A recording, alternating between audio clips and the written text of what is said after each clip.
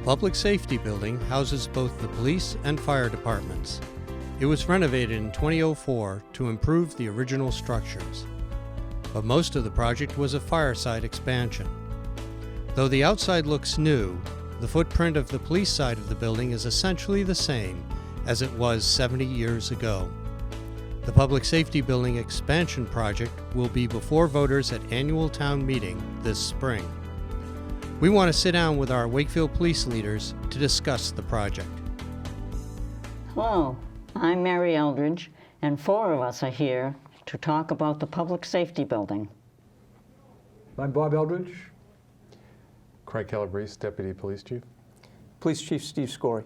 Chief, we've heard that policing has changed since the building was constructed, and that it no longer meets the department's needs. How have things changed? Well, the biggest change since 1950 is technology.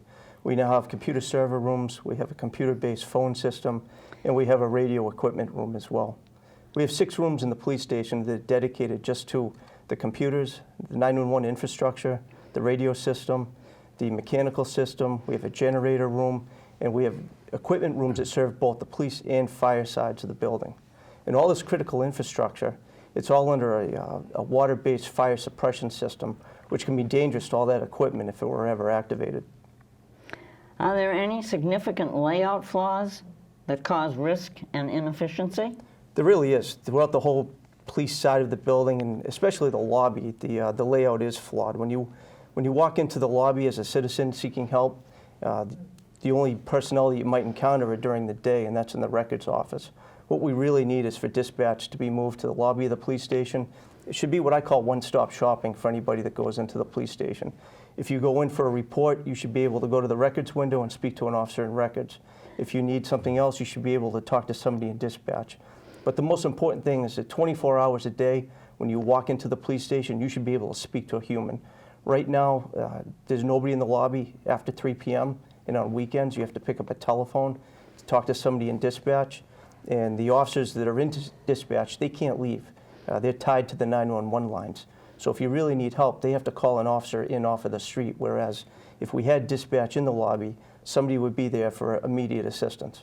Obviously, the department has grown since 1950, but what has changed in the last 15 to 20 years that make this expansion such a critical need? Pretty much everything. The way policing is done, the amount of personnel that we have, and just the way the job is done in general. If you go back to 1950, policing involved walking a route, you responded to a call, you took the report, you radioed in the results, and you went back to patrol. Matter of fact, we have from 1950, we dug up the ledger for the entire year in police work, and this one ledger is 1 year of police response to calls.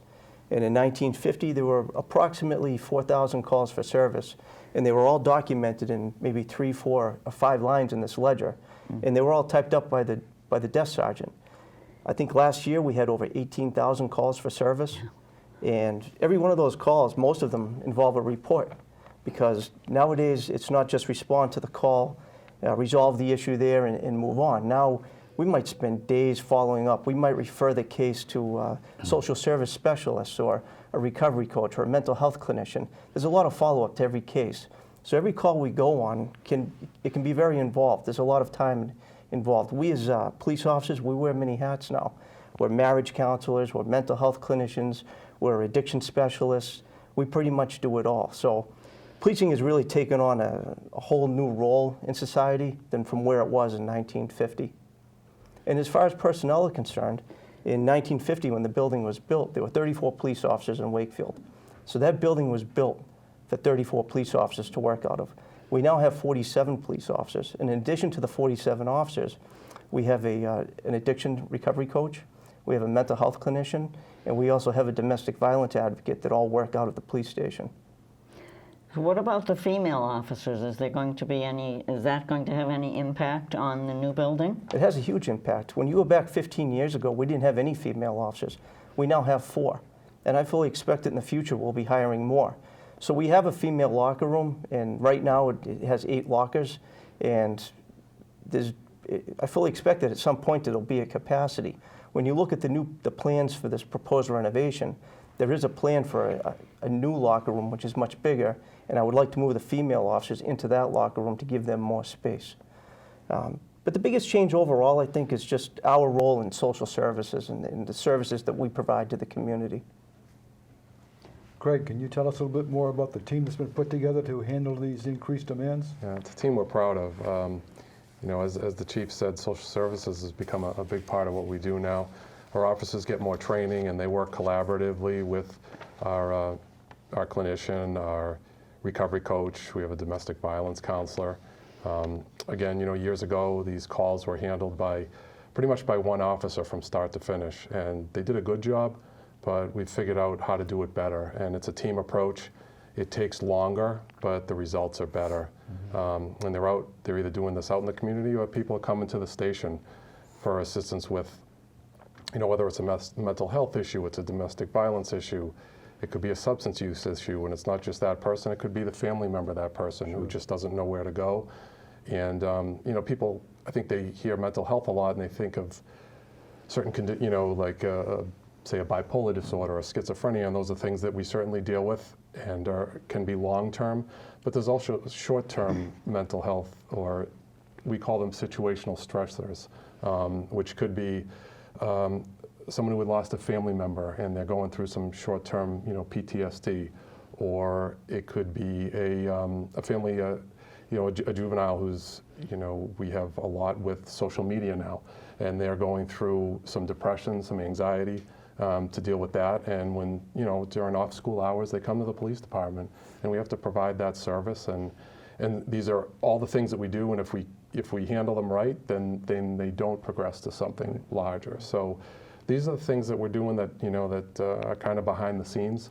But fortunately, people are comfortable coming to our station now for that, more so than years ago. Sure. Especially with domestic violence stuff that, you know, I think was underreported years ago, has gotten more attention, and they're more comfortable coming to the station. We want to have that environment for them to feel comfortable and not feel like they're in a closet talking to one of our specialists. So that's, you know, it's the collaboration that's key. Yeah. Craig, one other question. Would it make any difference if the social services were moved off-site? It would not be as effective. Like I said, it's a team approach that we've built at the police department over a number of years, and the officers are familiar with these specialists. They'll go into their offices, they'll have conversations literally on a daily basis. It's definitely true that some of their work can be done off-site, but it's really that teamwork, the collaboration that they do so much follow-up on these cases. It's not just handling it at the scene. These go on for days and weeks and months sometimes. So again, it's that relationship that's critical. We have some. There are other critical clinicians that we can phone when ours is off duty, and they will handle emergency situations, and they do that well. But again, the day-to-day stuff with the follow-up to try to have a longer lasting impact, they really need to be around on a daily basis, and that's why we love having them at the police department. Right. Okay. One last piece that I think we should touch on are the changing regulations around reporting and records. How does this project tie into something like that? Well, I talked about how in 1950 officers would just respond to the call, radio in the results, and the results of the call would be documented by the desk sergeant in a ledger in maybe 4 or 5 lines. And I talked about how officers now have to write reports for follow-up and for court and all that. So each officer needs a workstation, and the workstations include law books, they include computers, and we need a lot of space to do that work. There's a lot of documents that we have in the police station that officers need to fill out, whether it's reporting to DCF, reporting to the court, maybe elder affairs. There are a lot of things that are involved in every call, and every workstation has to be complete with the necessary paperwork and equipment that the officers need to do that. And one of the big concerns is space for records and evidence. We have to keep criminal files forever. That's mandated by law. And evidence needs to be kept anywhere from 10 to 15 years after a case is resolved, because there's always the chance that the case will be appealed. So we need to have that evidence in case the case is appealed. But we're out of space. We don't have any more space for evidence. We're maxed out on space right now at the police station. Both our storage rooms and our evidence rooms are full. What about going off-site, Craig? Could that something you could do, or maybe even make it all digital? So we have looked into that. As far as the off-site, a lot of this stuff does need to be secure and it needs to be under our watch. And because of all the new public records laws, our records department is constantly retrieving these files.